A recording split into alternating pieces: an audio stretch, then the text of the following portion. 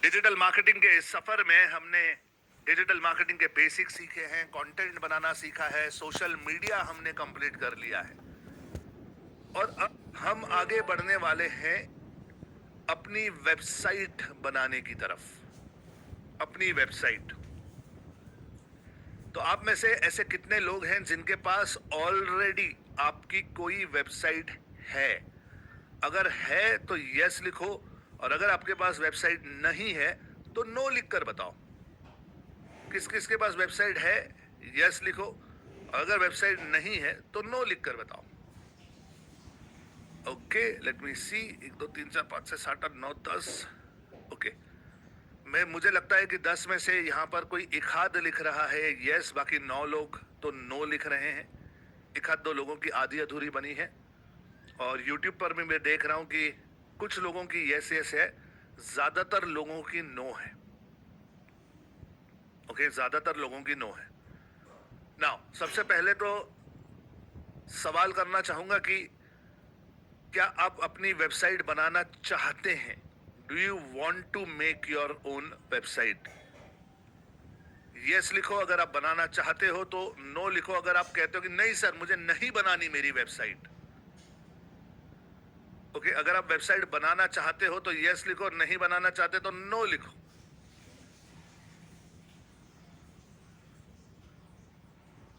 तो अगर आप बनाना चाहते हो तो आप बिल्कुल सही जगह पर हो, क्योंकि आज से हम अपनी वेबसाइट बनाना सीखेंगे step by step by step. और अगर आपने लिखा है नो सर मुझे नहीं मेरी वेबसाइट बनानी, तो चलो छुट्टी है तुम्हारी, जाकर एंजॉय कर सकते हो अपनी लाइफ। यहां बैठकर अपना टाइम वेस्ट मत करें। अब से नॉर्मल डिजिटल मार्केटिंग खत्म होता है और टेक्निकल डिजिटल मार्केटिंग शुरू होता है। अब हम अपनी वेबसाइट बनाने वाले हैं, बाद में गूगल समझेंगे, उसका एसईओ करेंगे, और फिर मैं आपको प्रोफेशनल एड्स की तरफ ले जाने वाला हूं। जो लोग कह रहे हैं कि नहीं सर हमें अपनी वेबसाइट नहीं बनानी, मेरी सिर्फ 2 बातें सुन लेना। हो सकता है कि आज आपको आपकी वेबसाइट की जरूरत ना हो, लेकिन सोच कर देखना कि क्या जिंदगी में कभी आगे चलकर जरूरत नहीं पड़ेगी? क्या इतनी छोटी सोच है आपकी?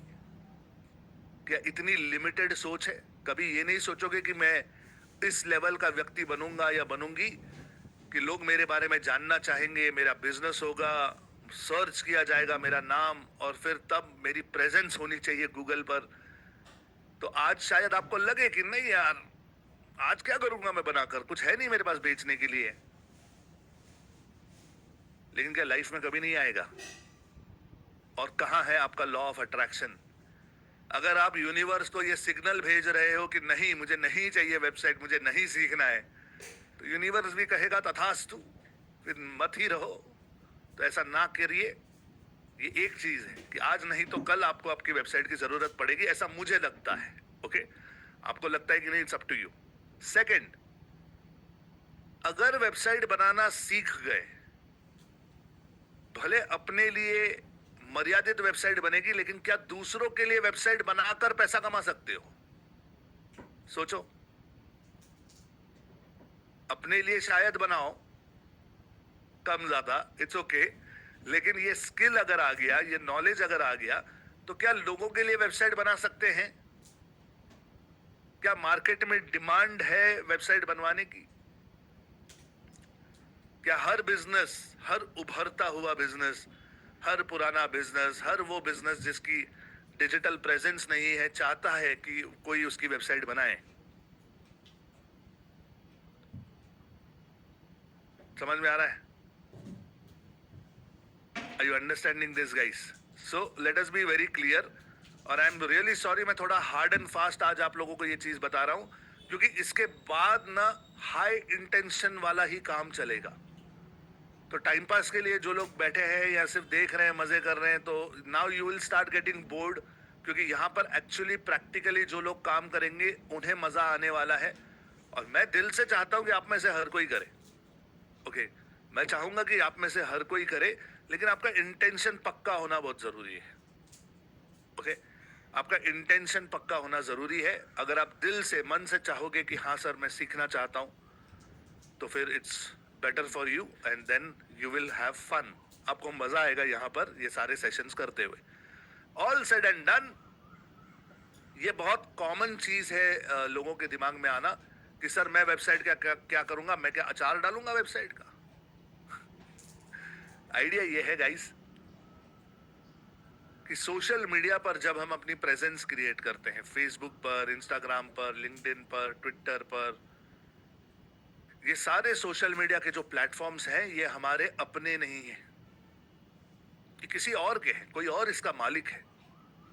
और जब तक वो चाहेंगे सिर्फ तब तक ही हम उस प्लेटफॉर्म पर रह सकते हैं। अगर आपको निकाल दिया गया, अगर आपका अकाउंट ब्लॉक हो गया या भगवान न करे कभी हैक हो गया, हम कुछ नहीं कर सकते, कुछ भी नहीं कर सकते। अगर कभी फेसबुक के सपोर्ट तक या इंस्टाग्राम के किसी रिप्रेजेंटेटिव तक पहुंचने की कोशिश करोगे तो नानी याद आ जाती है। उनका सपोर्ट सिस्टम इतना कॉम्प्लिकेटेड है कि किसी इंसान से उनकी तरफ से बात करने में महीनों लग सकते हैं, और उसके बाद भी वो कहते हैं कि हम कुछ नहीं कर सकते, सब सिस्टम ओरिएंटेड है। तो अगर है चीजें तो ठीक है, अगर नहीं, अगर ब्लॉक हो गया, कुछ बंद कर दिया, निकाल दिया हमें, तो हम कुछ नहीं कर सकते। ऐसी सिचुएशन में जहां हमारा कंट्रोल नहीं है, वहां पर क्या हम अपना सस्टेनेबल फ्यूचर इमेजिन कर सकते हैं? क्या हम अपना भविष्य उस पर निर्धारित कर सकते हैं? सोच कर देखिए। अगर भविष्य की बात है तो किराए के दुकानों मकानों में काम नहीं करेंगे, अपनी खुद की एसेट होनी चाहिए, अपनी खुद की प्रॉपर्टी होनी चाहिए, और वो डिजिटल दुनिया में केवल और केवल आपकी वेबसाइट होती है, क्योंकि आप उसके मालिक होते हो।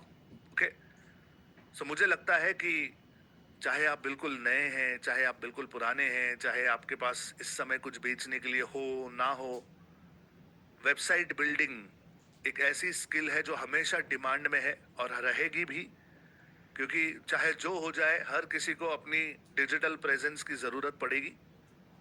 और जिस हिसाब से इंडियन इकोनॉमी ग्रो हो रही है, जिस हिसाब से नए नए बिजनेसेस आ रहे हैं, नई नई चीजें खुल रही हैं, it is only going to increase day by day. तो अगर आप ये सीखते हो तो आपके लिए बेटर है, अगर आप मेरे साथ करते हो तो प्रैक्टिकल नॉलेज है, हैंड्स ऑन नॉलेज है। एक बार ये स्किल आ जाएगी, अपने लिए यूज कर पाओगे, दूसरों के लिए यूज कर पाओगे, अपना बिजनेस, अपना प्रोडक्ट अच्छे से कर पाओगे, दूसरों के लिए भी सर्विसेज प्रोवाइड कर अच्छी इनकम सोर्स बन सकती है। तो हमारी एक स्टूडेंट है, उनका नाम है रेशमा अग्रवाल, ठीक है। तो रेशमा जी हमसे डिजिटल मार्केटिंग सीख रही थी, हाउसवाइफ हैं, और एक पॉइंट पर कहती है कि सर ये वेबसाइट बनाकर मैं क्या करूंगी, मेरे पास कुछ नहीं है बेचने के लिए, ना कोई हम सर्विस प्रोवाइड करते हैं, मैं तो हाउसवाइफ हूँ, क्या कर लूँ। तो मैंने उन्हें एक सिंपल आइडिया दिया कि मैम आपके हस्बैंड क्या करते हैं। उन्होंने कहा मेरे हस्बैंड जो है उनकी एमआरआई मशीन का बिजनेस है। वो होती है ना हॉस्पिटल में MRI machine, X-ray machine, sonography machine, तो उन मशीन्स में वो डील करते हैं। मैंने कहा ठीक है, क्या उनकी वेबसाइट है? कहने नहीं, उनकी तो कोई वेबसाइट नहीं है। तो मैंने कहा आप बना दो। तो उनके दिमाग में बत्ती जली, उन्होंने कहा अरे हाँ ठीक है, मुझे जरूरत नहीं है लेकिन मेरे परिवार में किसी को जरूरत है, तो चलो उनके लिए बना देती हूँ, मेरी प्रैक्टिस हो जाएगी, उनकी वेबसाइट बन जाएगी। तो उन्होंने अपने पति के लिए वेबसाइट बनाई, सिंपल सी वेबसाइट बनाई, उस पर सारी अपने पति के बिजनेस की जानकारी डाली, और फिर वेबसाइट बनने के बाद कुछ हॉस्पिटल्स को ईमेल मार्केटिंग करके वो ईमेल भेजती थी कि ये हमारी वेबसाइट है, देखिए देखिए। इसका रिजल्ट ये आया विद इन 3 to 4 months कि जहां इनके पति के पास हर हफ्ते 1-2 इंक्वायरी आती थी, वहां पर डे बेसिस पर इंक्वायरी जनरेट होने लग गई।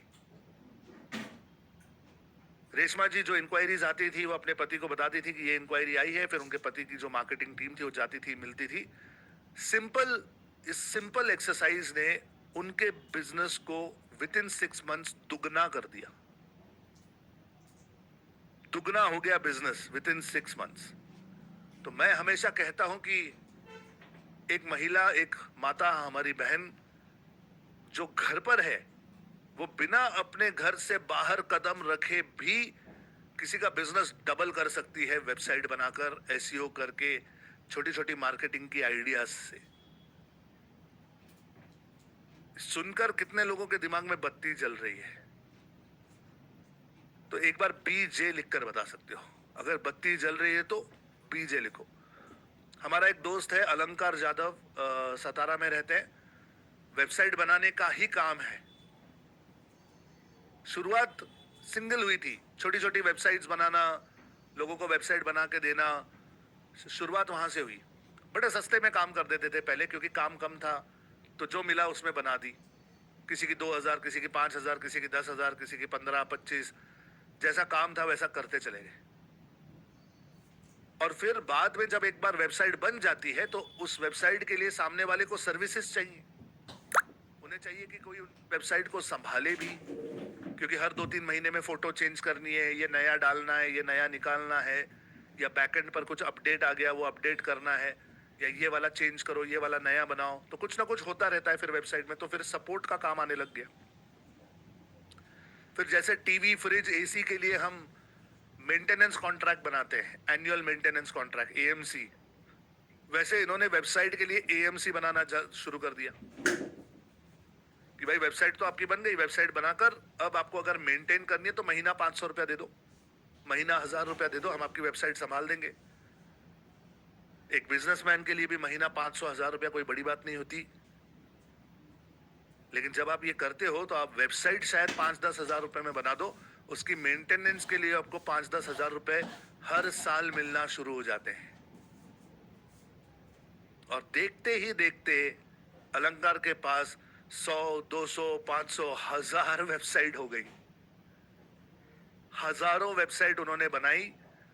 घर से काम करते हैं, महीना 4-5 लाख रुपए से ज्यादा कमाते हैं। और अब इतना काम है कि 2-4 लोग रखे हैं संभालने के लिए, इतना काम बढ़ गया। Are you understanding guys? मैं आपको सिर्फ आइडिया दे रहा हूं कि अगर आप किसी के लिए वेबसाइट बनाकर देते हो, बाद में उसके मेंटेनेंस की सर्विसेज लेते हो, तो आपकी रिकरिंग इनकम शुरू हो जाती है। हर साल आपको, हर महीने आपको पैसे आना शुरू होते हैं। और फिर इसी को एज अ कोर बिजनेस बनाकर आप अपनी अच्छी इनकम की सोर्स बना सकते हो।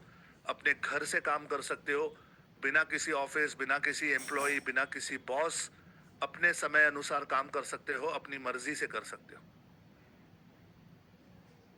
Are you understanding guys? Are you understanding? Yes लिखकर बता सकते हैं अगर आपको समझ में आ रहा है तो। Yes, are you understanding? Give me a yes in the chat box. Yes, fantastic, fantastic, fantastic, fantastic. Okay, now guys आगे बढ़ते हैं। थोड़ा सा वेबसाइट के बारे में अब प्रैक्टिकली समझना शुरू करते हैं कि वेबसाइट क्यों। तो ऊपरा ऊपरी तो मैंने समझा दिया कि वेबसाइट क्यों, लेकिन टेक्निकली ये आपकी डिजिटल प्रेजेंस है। मैं कहता हूं ये आपकी डिजिटल दुकान है या आपकी ऑनलाइन ऑफिस है। आपकी वेबसाइट एक जरिया है आपकी सारी जानकारी गूगल पे डालने की। जब आपकी सारी जानकारी, सारी इंफॉर्मेशन गूगल पर रहेगी, कोई सर्च करेगा, उसे मिलेगी। अगर उन्हें इंटरेस्ट है तो वो आपको लीड देते हैं, यानी अपना नाम, मोबाइल नंबर, ईमेल आईडी देते हैं। आपका सामने वाले के साथ कम्युनिकेशन शुरू हो जाता है, बातचीत शुरू हो जाती है। आप उन्हें अपने प्रोडक्ट्स की इंफॉर्मेशन देते हैं, सर्विसेज के बारे में बताते हैं, वो आपसे सवाल पूछते हैं, जवाब करते हैं, और communication will lead to transaction. आगे चलकर अगर उन्हें सही लगेगा तो वो आपके प्रोडक्ट्स या आपके सर्विसेज परचेज करेंगे। तो ये सब जो है ये शुरू होता है आपकी डिजिटल प्रेजेंस से, यानी आपकी वेबसाइट से। तो सोशल मीडिया भी एक प्रकार का डिजिटल प्रेजेंस है, लेकिन वो किराए का है। अपना जो ओनरशिप है वो अपनी वेबसाइट है, हमेशा याद रखना, ठीक है। नाउ अगर आप वेबसाइट बनाना चाहते हो तो 3 चीजें हैं जो आपके पास होनी चाहिए। Okay, there are 3 things critically important जो आपके पास होनी चाहिए। सबसे पहली चीज है डोमेन। सबसे पहली चीज है डोमेन। डोमेन क्या होता है? जैसे मेरी वेबसाइट का नाम है digitalazadi.com। आप digitalazadi.com गूगल पे डालोगे तो मेरी वेबसाइट खुलेगी। ये मेरी वेबसाइट का नाम है। इस नाम को टेक्निकल दुनिया में डोमेन कहते हैं, डोमेन। ओके, अब मैं अगर आपसे कहूं कि आप जो वेबसाइट बनाना चाहते हो उसका नाम क्या रखोगे, क्योंकि नाम पता होगा या नाम सोचा होगा तो उसके ऊपर आप वेबसाइट बना पाओगे। तो क्या नाम रखना चाहोगे आप अपनी वेबसाइट का, जरा चैट कमेंट में लिखकर बताओ, जरा चैट कमेंट में लिखकर बताओ क्या नाम लिखना चाहोगे। hiddentalent.com, सहवाल.com, okay, hidden talent of India, okay, Sahwal insurance, mental Pragati, ठीक है, insurance solutions, kitchen Kainat, CAD pro design solution, print think, Sundardeep, digital textile dot com, okay, relief centre, digital world computer, code learning institute, future solar energy, health and fitness, okay, future Manthan, inspiration candles, real plywood store, superior Vinod, केकवाला.com, digital astro, Mehar, okay, fitness Bharat, reiki Darshan, DJ Harish, Gopi sons, digital navigators, Vindu, custom advertisement, GM, your trip planners 22, okay, digital इंश्योरेंस.com, वेडिंग.com, ठीक है, शक्तिमान.com, ये भी ठीक है भाई,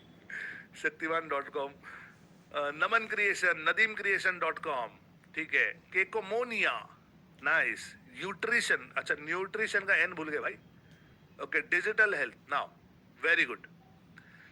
ये सिंपल एक्सरसाइज जब मैंने आप लोगों के साथ की तो मैंने आप लोगों को थोड़ा सोचने के लिए इंस्पायर किया कि अगर बनानी ही है अपनी वेबसाइट तो उसका नाम क्या होना चाहिए, ओके।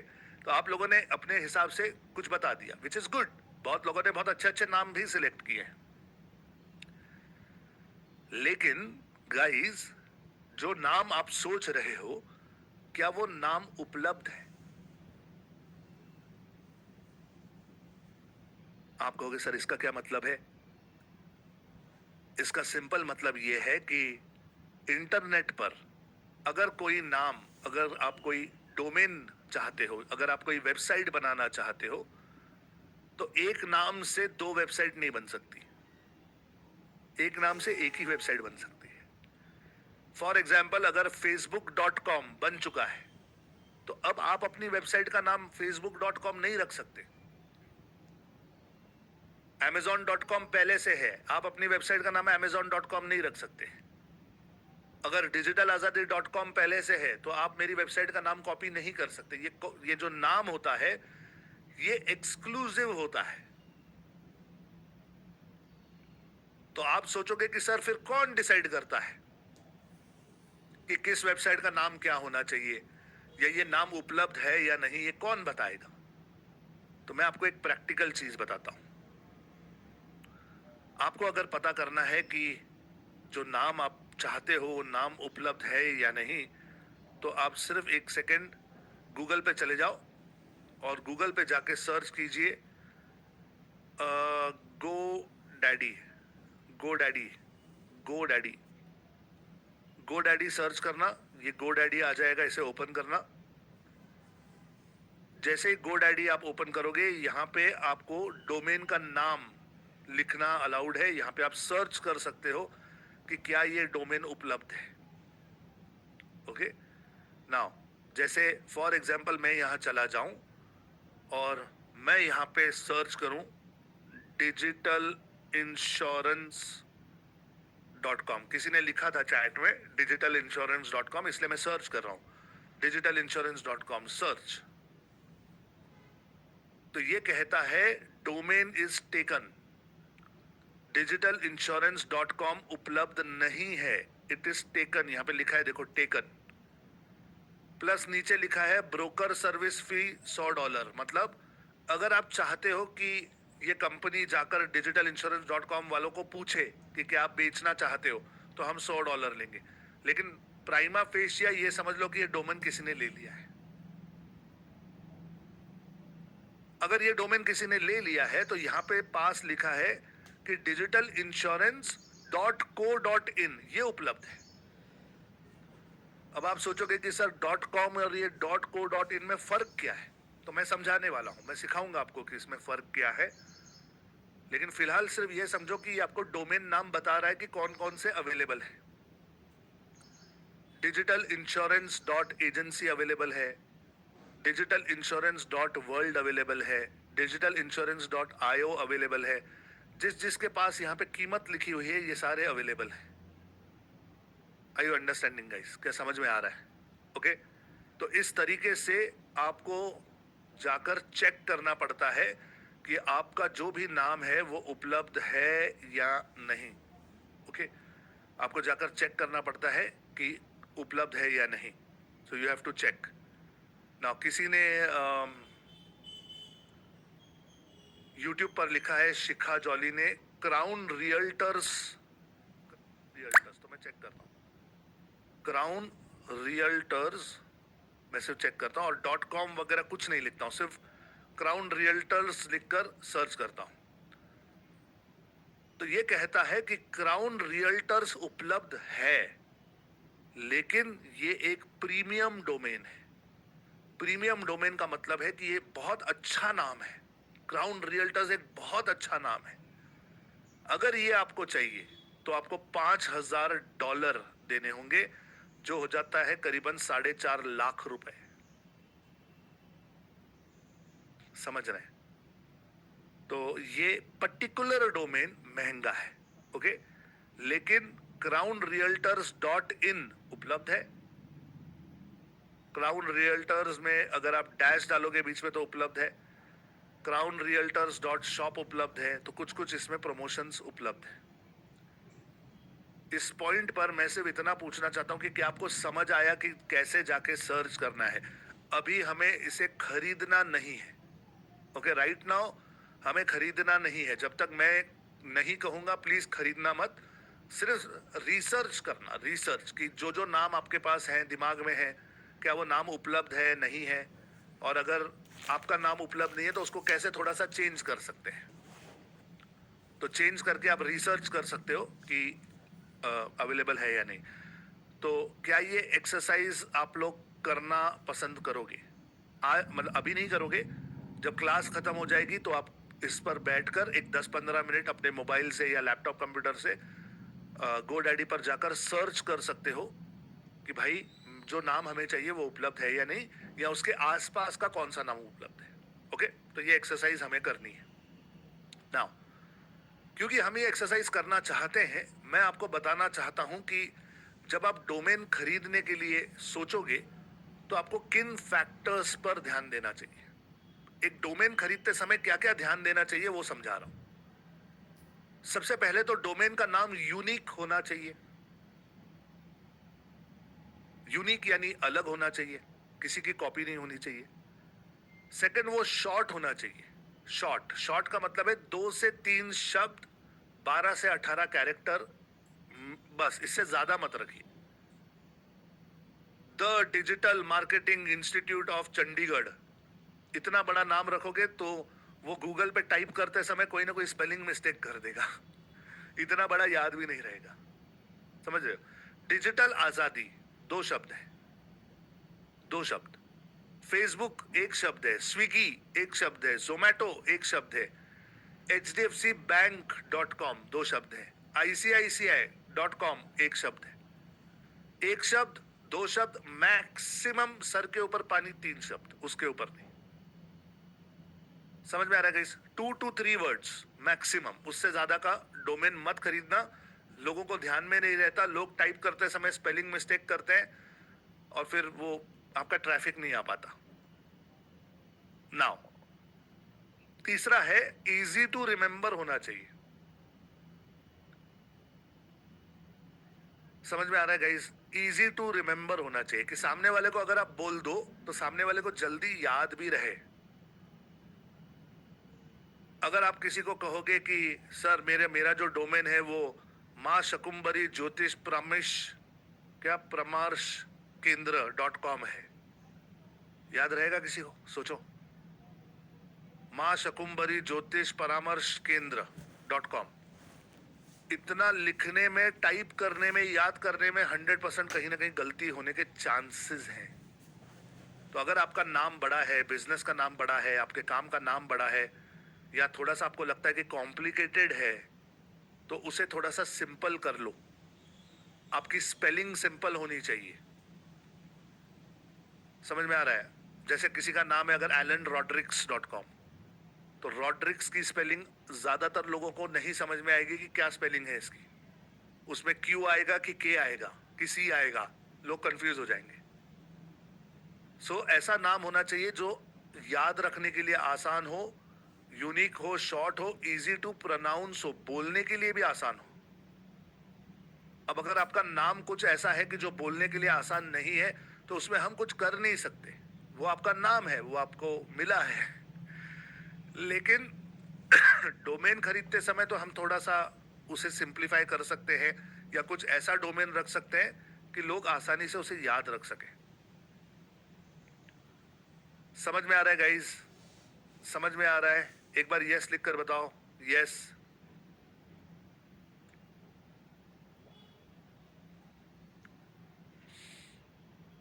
समझ में आ रहा है? तो कुछ लोग लिख रहे हैं सर मेरा तो डोमेन ₹1 का दिखा रहा है, मेरा $1 का दिखा रहा है। थोड़ा होल्ड करो गाइस, होल्ड करो, मैं समझाने वाला हूं कि ऐसा क्यों है। ओके, ऐसा क्यों है मैं समझाने वाला हूं नाउ। इजी टू प्रोनाउंस होना चाहिए, फिर उसके बाद याद रखना कोई स्पेशल कैरेक्टर या नंबर ना हो। कोई स्पेशल कैरेक्टर या नंबर ना हो। ये @ hashtag, $sign, %sign, full stop, and sign, minus का साइन, अंडरस्कोर का साइन, प्लस का साइन, ऐसा कुछ मत लिखना अपने नाम में। संदीप बंसाली _77, ऐसा नाम मत रखना, लोगों को याद भी नहीं रहता, लोग गड़बड़ करते हैं उसको डालते समय, और वो गूगल पर रैंक होने में आपको तकलीफ देगा। Are you understanding? तो कोई स्पेशल कैरेक्टर या कोई नंबर आप अपने डोमेन के नेम में यूज मत करिएगा। आप अपने बिजनेस को रिप्रेजेंट करने वाला नाम रख सकते हैं। जैसे फॉर एग्जाम्पल सूरज-इलेक्ट्रॉनिक्स.com,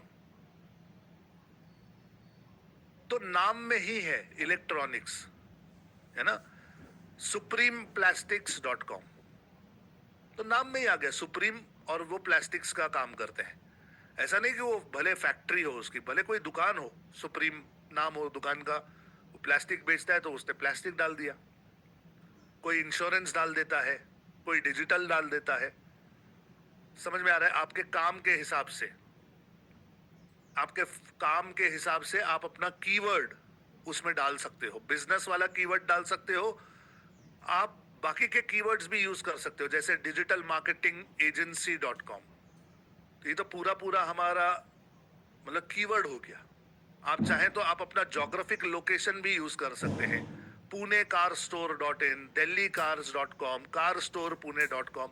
ये सब एग्जाम्पल्स हैं कि कैसे लोगों ने अपने शहर का नाम इस्तेमाल किया है, कैसे लोगों ने अपने शहर का नाम यूज किया है, अपने प्रोडक्ट का नाम यूज किया है।